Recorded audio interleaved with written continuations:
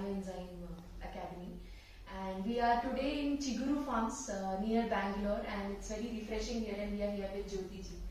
Jyothi ji is a founder trustee of BEA, that's the Bioenzyme Entrepreneurs Academy, and she has been working with NGO for past 22 years. And she started with children and women NGO, and slowly she is also getting involved in environmental and sustainable NGOs. So we'll talk to Jyothi ji herself to know about this boss lady. Hello, Shubhangi. Thank you so much for having me here. It's always wonderful to talk about and listen to people's journey. And I think today it's my part that I need to share my journey. Thank you so much. Thank you, Jyothi ji, for coming. So, आप अपने बारे में बताइए कि how you have gone into this NGO sector and you have been here for long. So, what have you learned and how have you pivoted from children and women NGO to environmental NGO? So, do you even consider that as a pivot or it's an extension of the same journey? I will not segmentize them, but because it's just part of my journey. You know, it's like a train journey. You meet a couple of people, and as their station comes, they just go off from there, and you continue to move on. You know, but yeah, it's a lovely question that you have raised, which actually takes me back to my childhood. I'm able to try to recollect a lot of things, and only spontaneously I'm able to recollect all that has happened in my life. You know, so. If I go back to my journey from my childhood, see, I come from a farmers community. I would like to stress this with a lot of pride because my grandparents, both my grandparents were farmers. My grandmothers were also farmers. And that is, my grandparents were working on soil. Their whole work, you know, their life went into protection of soil, working with soil, mud. Their earth was so important for them. The other side of it, my father was very passionate about farming, but he got into army. He served in the army for a couple of years, you know, many years of his life. And through that I saw that he was again passionate about his country. And he wants to safeguard his country. So we as children, you know, we are 4 siblings, and we as children, we have been able to see both the side of people, 2 different generations working basically to protect their own land in different ways. Yes. So I think that is what ignited some fire in me. And you know, as a student, I was part of guides, and then slowly I moved into NCC. So that urge again came in because my father was my superhero. He was my love of my life, and I replicated everything that he was doing. So I said, I think it's time that I also serve in the Indian Army. So I was preparing myself in that. I got into NCC, did a lot of things. But then slowly, as I was moving to upper grades, then academic became a little more important thing for us. So totally got into it.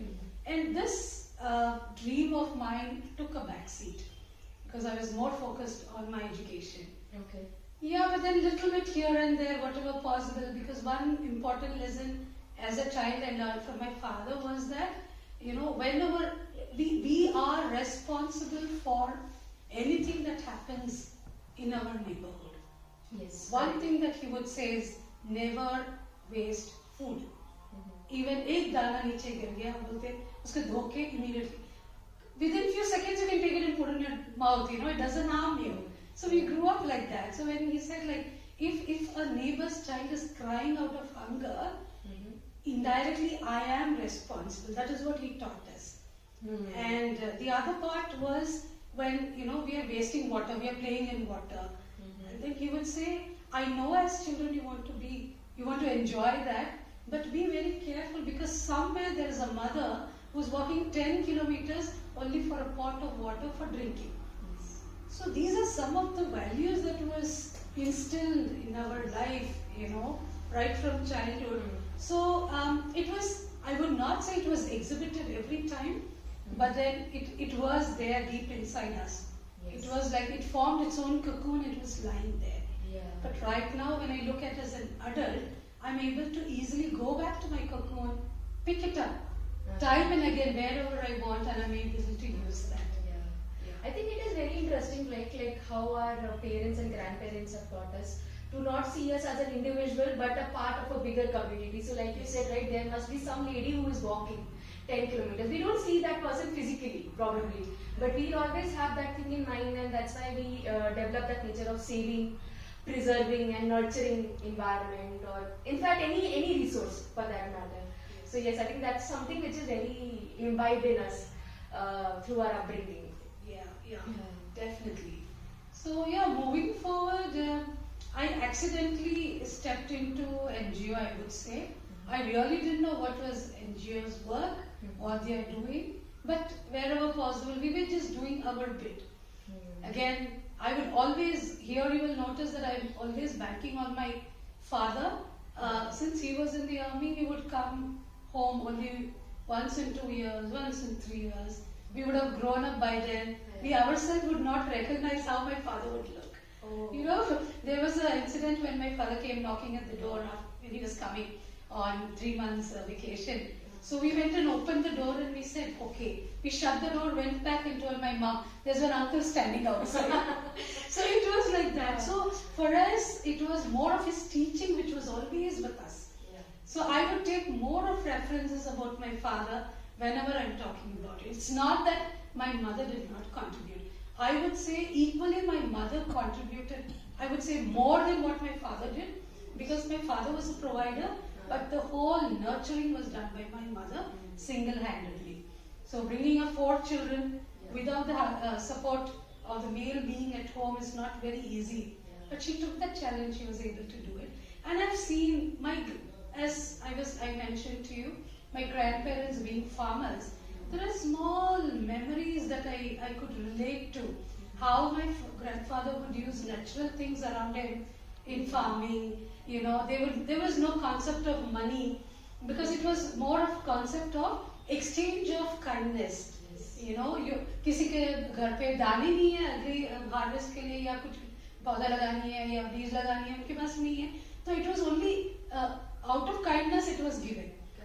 So he would always say, don't bring in the concept of money, you know. And then, as you mentioned rightly, Shubhangi, that we are a community, be it the family, be it this, society around us. Even 4 friends together is a bigger community. In fact, I'm so happy to inform that we have BA in place. It's Bioenzyme Entrepreneurs Academy. It is a beautiful and larger community for one single cause that all of us have come together. Well, I will speak about BA a little later. Okay. So I wanted to probe more on your NGO journey only, and then you can share your insights from your NGOs that you have worked on and also with BA. That when we run NGO, when we work for some cause, right? There are definitely a lot of challenges that stand in front of us, and those are very stubborn challenges, right? It's very difficult to get past them. So, what is that motivation that first of all keeps you driving? And what is that one learning or you want to give to the entire community of women and entire community who are running for such cause, different causes around the world, right? To have that thing to just overcome all the obstacles that you see. Okay, definitely. As I mentioned to you, I happened to just stumble into this NGOs. You know, as a journey, it started. I initially got involved with this organization called Manasa Center for Development and Social Action. And I think I was rightly placed there. I think it was a universal call that I had to be placed there. The reason I'm mentioning this is I would like to acknowledge the contribution made by my former director. We lost him just a couple of months back, but he's been very dear to my heart, more like a father friend, figure, a friend, and he was my mentor. So that is what I would like to take pride in that. Because a youngster just walking into an NGO without knowing what the sector is, what you're doing, with this lot of dream back on your head, you know, you don't know where you're actually heading towards. So I stepped in there, and I just went in there and I was working for about 1 year to understand what the sector is all about. So we used to do multiple work there. I was part of training, I used to be part of documentation, fundraising. So multiple things that exposure was given to me to later identify my own area that I could really continue with.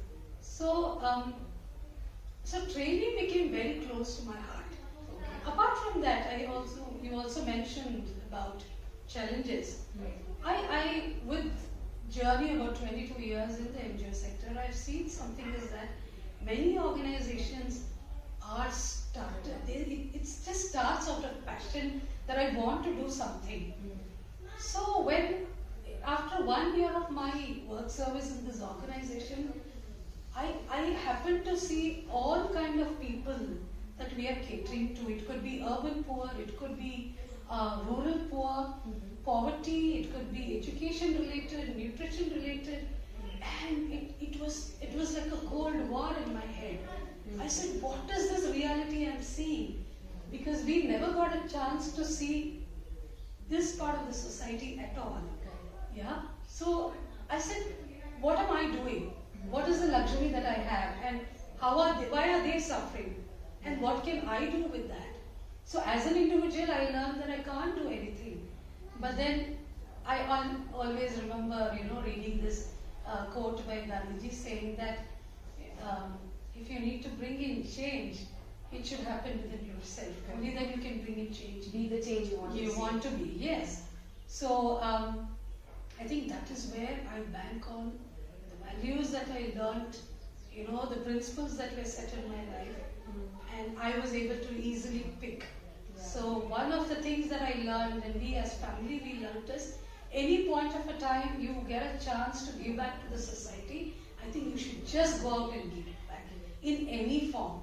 Because money is just not that one thing that will help. There are many other things. So I said, yes, I always wanted to give back to my country. So I said, this is the right opportunity that I could give back. Yeah. I remember how my nanny and my grandmother would say, like, when you give back kindness, love, or in any form of service, you're not becoming poor. Because we say giving something, you'll become poor, right? Yes. We're not becoming poor, we are becoming even more richer, even more blessed by the community. So yeah, it's very empowering in that way. Yeah. I would like to mention just one beautiful experience. We used to do a lot of work with women and children, domestic violence and other things. So there was one case we happened to pick, and it went a couple of months together. And this lady did not have money to pay. Generally, our organization does not accept any fee from anyone. Okay. But then she was so happy that she got back her life and got back her children. She wanted to give something to us. So the day she was leaving, she was filled with tears, and she said, I want to give something to you. So we were like, it's okay, you don't have to worry about it. It was our responsibility to do this because you are also part of our community, And then she said, she just put her hand on my head and she said, apart from blessings, I don't have anything else. And it was like, suddenly it melted my heart and I had tears. I said, what a beautiful feeling it is. And I feel, these blessings have really helped me a lot throughout my journey. Yeah. I don't know how many of us really believe in miracles, blessings or whatever, but I strongly believe in that because I've seen that happen to me. Yes. Yeah. So Jyothi ji, let's talk about your how you got into BA and what BA is all about, and where do you see BA in next 5 years, 10 years? Yeah. So I've actually worked in this organization, what I mentioned, Manasa, for about 10 years. But I was doing multiple things. And then I said, okay, if I need to establish myself, I really wanted to become an independent consultant, not just being full-time there, So I said, then I have to focus, I need to narrow down my focus. And what will be my focus? Compared to all that was spread across before me, I had to pick and choose, like, luckily we have this fig, so I think I don't have an option to pick. But then there are many things. So I chose women and children, which was very close to my heart. And with continuing that, when I moved on to another organization, we saw the reality on field, how women are struggling, the burden that falls on women, anything that happens around her. It could be the classical example of tsunami. What happened there? You know, again, as a caretaker, as a wife, as a mother, I think everything falls on her. So what is that we can do to enhance and support her? Then I felt, okay, so I need to focus on women, at the same time focus on something else which will help her. So slowly it came. You know, then I was looking at, we were part of various other campaigns, in saving water, in saving soil, maybe farmers. So with all these things, we used to do small programs with children in the schools. So then this environment thing came into me, saying that yes, we are a very minute spectrum living in this universe with the environment, and what is that you can do for the environment is a big question in my head. So I had to really ponder over those questions in my head, see that what is that I can do. This search, there was so much of thirst in me. In searching, I was in search of something which I myself didn't know. I was thinking what it could be. I really don't know, but I'm searching. I didn't find it. So my husband and I, I got married, then I had a baby. So it was so nice to have a partner who was totally inclined with my values and principles. It was so easy to connect. Yes. Yeah, and it was a joint mission that we started. We said, okay, let's go and meet people, talk to people and understand what it is. So when we were in this kind of a search, I happened to just stumble upon Preeti ji, Mr. Preeti Rao. So it's one of the stalls we had put up, and so I was just asking, we just had some talk, and she was one person who was not selling anything in the stall there. There were hundreds of stalls which was promoting many things. But then her talk is what we just listened to her. We only lent our ear and listened to what she was saying. And we came back home without any action, saying that we are going to do this, We just came back home, and it was settling in us. It took about a week to understand what she really meant. And all of a sudden, one day I found my husband while he was back from his work. He called me. He said, okay, do you know how to use Rita and Shika card? I said, yes, I know. I've been using it, So he said, chalo, okay, we are on a mission. I'm coming back home. And then he came with one bag full of, say, about 5 kgs of Rita and Shika kindness. And I said, okay, what are we going to do? He said, chalo, as a family, let's take a decision. And it was a decision on the dining table. He said, can we start with, dishwashing with this and see what we can do? So, and then he said, what Preeti Rao spoke, I didn't understand it then, but I kept thinking again and again and again. So how do we bring in that change? So we started with our kitchen. Yeah, and then we were also doing parallelly some naturopathy studies, and so through that also we understood how much of damage we have done to our internal environment and our external environment. Yes. So then we said, okay, let's start this. This change should start from here. And we saw, I can't explain in words what was the change that happened inside, that satisfaction, that joy. And that is when I realized, oh, this is what I was searching for. Yeah. So I I nailed it there. Then I discussed with my husband saying that I want to do something for the environment. I think we should do that. So he was in partner with me with all this. I said, okay, let's do that. And then we were in touch with each other, Preeti and myself, part of the mother organization, Soil and Soul Foundation, which is a massive work in the environment. It could be water, it could be soil, it could be air, it could be with children, women, trying to, so slowly incorporate the concept of what we can do for environment and many other awarenesses that was being built.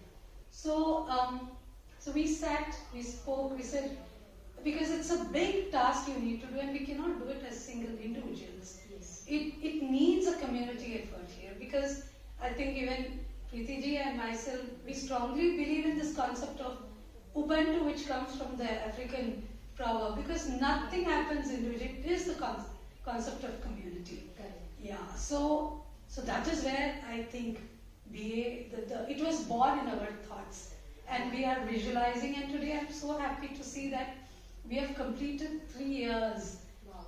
and definitely 1 year went only in the pandemic. So we were all connected. We were trying to connect the dots and see, because then we realized, oh my goodness, there are thousands of people very silently working on bioenzyme. And we said, okay, so this is a huge opportunity for us to bring in all these people under one umbrella. So what do you do then?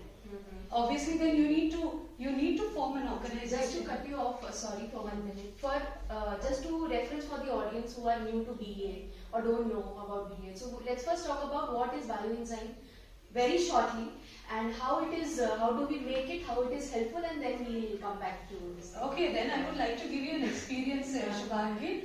How fresh do you feel? It's very easy. It is refreshing. I think this is what is bioenzyme all about. So it is, I would call bioenzyme as a treasure, and it is one of the greatest gift given to us, to the mankind itself, by Dr. Rushikar. Okay. Yeah, Masha. We will say she's the mother of bioenzyme, definitely. Okay. Yeah, she's our teacher, she's our guide, and very simple. When this actually started with, Preeti ji experimenting a lot with the Soil and Soul Foundation. So, there's a lot of crisis that is happening in terms of the whole concept of garbage. Because when me as a child, I never knew what was this thing of garbage. Why do you call garbage, and what do you call as garbage? Yeah. Because we have seen our grandmothers, our mothers managing all the waste that is generated in our kitchen, homes, and they were very conscious about what they're bringing into the home and what is going out of the home. Yes. And today, all of a sudden, in the last 2 decades, we see there's so much of halla happening. कचरा है, सब कुछ कचरा बन जा रहा है. तो ये कचरा क्या है? हम लोगों को समझने की कोशिश करनी चाहिए. So this bioenzyme is made out of all these waste, and then the byproduct of is amazing. It can be used anywhere. It can. You felt so refreshed in the air. Imagine what it can do to your soil and water. So we have done a lot of experiments with this. We have a lot of videos that we have posted on our YouTube channel. You can definitely visit that, and you will know how you can make it. It's just that you need that will, and then you start, and you can see the journey how it turns. Yeah. It can take, because there is a saying, like somebody saying that the bend in the road is not the end of the road. Either you take a right or a left, kahin to rasta aa jata hai. And why do you even take a road which is less traveled by people? Travel that and enjoy that journey, right? Yeah. So Yeah. I will say this bioenzyme is that less traveled road. Correct. Yeah, and it is an answer to many things that I will not say this is the only solution. It is one of the solutions which can address majority of issues that we are facing here, especially to do with the city like Bangalore we are living in right now. Yeah. Just to reference, like bioenzyme is a fermented product. So it is like you put 1 part of jaggery, 3 parts of some fruit or vegetable peel. It could be citrus. It could be any damn peel in your kitchen. And then you put 10 parts of water, and then you ferment it over 90 days, and that's the product that you get. That water is called bioenzyme. I think BA has piloted many projects across the country. Like couple of lake revivals have been done in Bangalore, and we saw some pilot project in Delhi also, where it was sprayed over or fogged over a city in Delhi, and we saw some significant improvements in AQI, and it is refreshing for soil. People have used it on animals, of course with certain dilution, to cure some of their cuts and wounds. And somewhere in people also it has been observed. So this is a very niche and a new area where lot of research is also going on. We have people who are investing into the soil, irrigation, fertility, also on the household things like cleaning your toilet cleaner, your dishwashing cleaner, and how can we use it on humans for smaller cuts and wounds and all those things.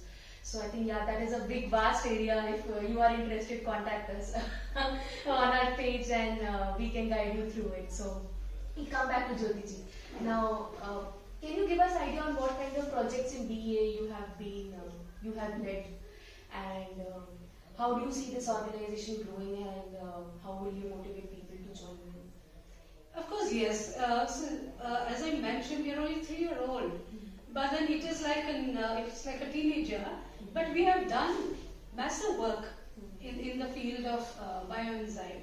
See, within the organization, if you see, there are different segments we are looking at, because it's just not bringing in change in the air quality, water or soil, only by the small organizations. As we said, there has to be an awareness built.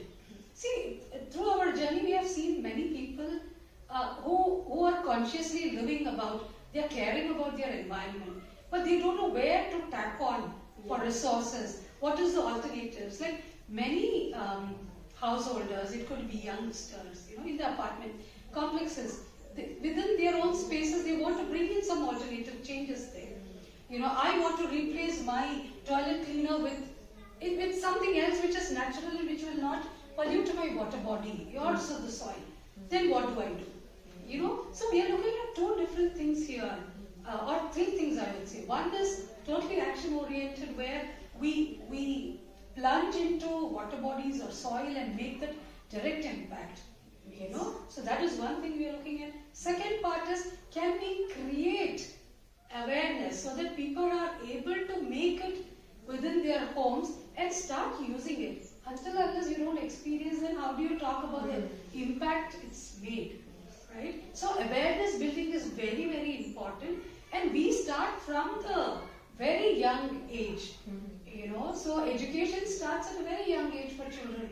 We see how inclined children are towards natural things around them more than the grown-up adults, because we have our own inhibitions within ourselves. We don't want to change, and there are many things that is actually stopping us in between. That is also there. So revival is one thing. Second thing is awareness building. Third part is, we are also formulating courses where people can take up these courses. It could be agriculture related, it could be anything. And we have, luckily, because of all this background work that we have done, in BA we have a research team which is in place. And we have these team members visiting. They are continuously mentored by our teacher, Dr. Rishika.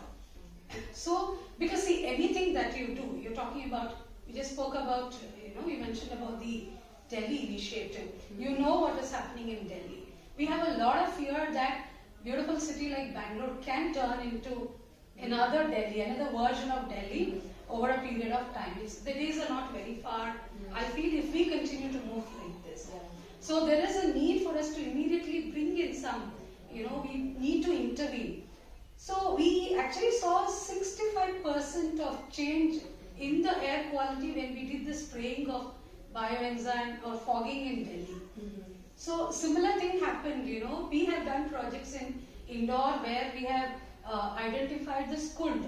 Kund is this, it's a community well kind, step wells, which is usually found in the religious places. And these were in such a bad condition. So we thought, why don't we start that? And we had to, see, we're not doing anything alone here. I want to stress again, we are a community of people who want to do it. So henceforth, BA always believes in partnering with various people. When we did this Kund work, we had to partner with the municipal corporation in Indore. Like that we need to really, because the local bodies know what is the quality, what is the quantity, and what is the support that we can do, because we are not localized. Yes. So everything has to be localized. Yes. Effort should be localized, So we have done that. Last year we took up this course exclusively designed for the farmers. So farmers have been using, they have been producing bioenzyme. Initially they took up bioenzyme, and then they started using it in their farms, and they are quite happy. But they are seeing the change. Yes. So similarly, we are coming out with different kind of curriculum which will cater to different segment of people. Nice. Yeah.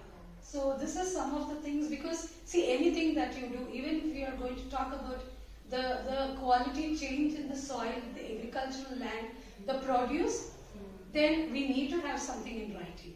And that is one thing which we are really focusing on, which comes under the research.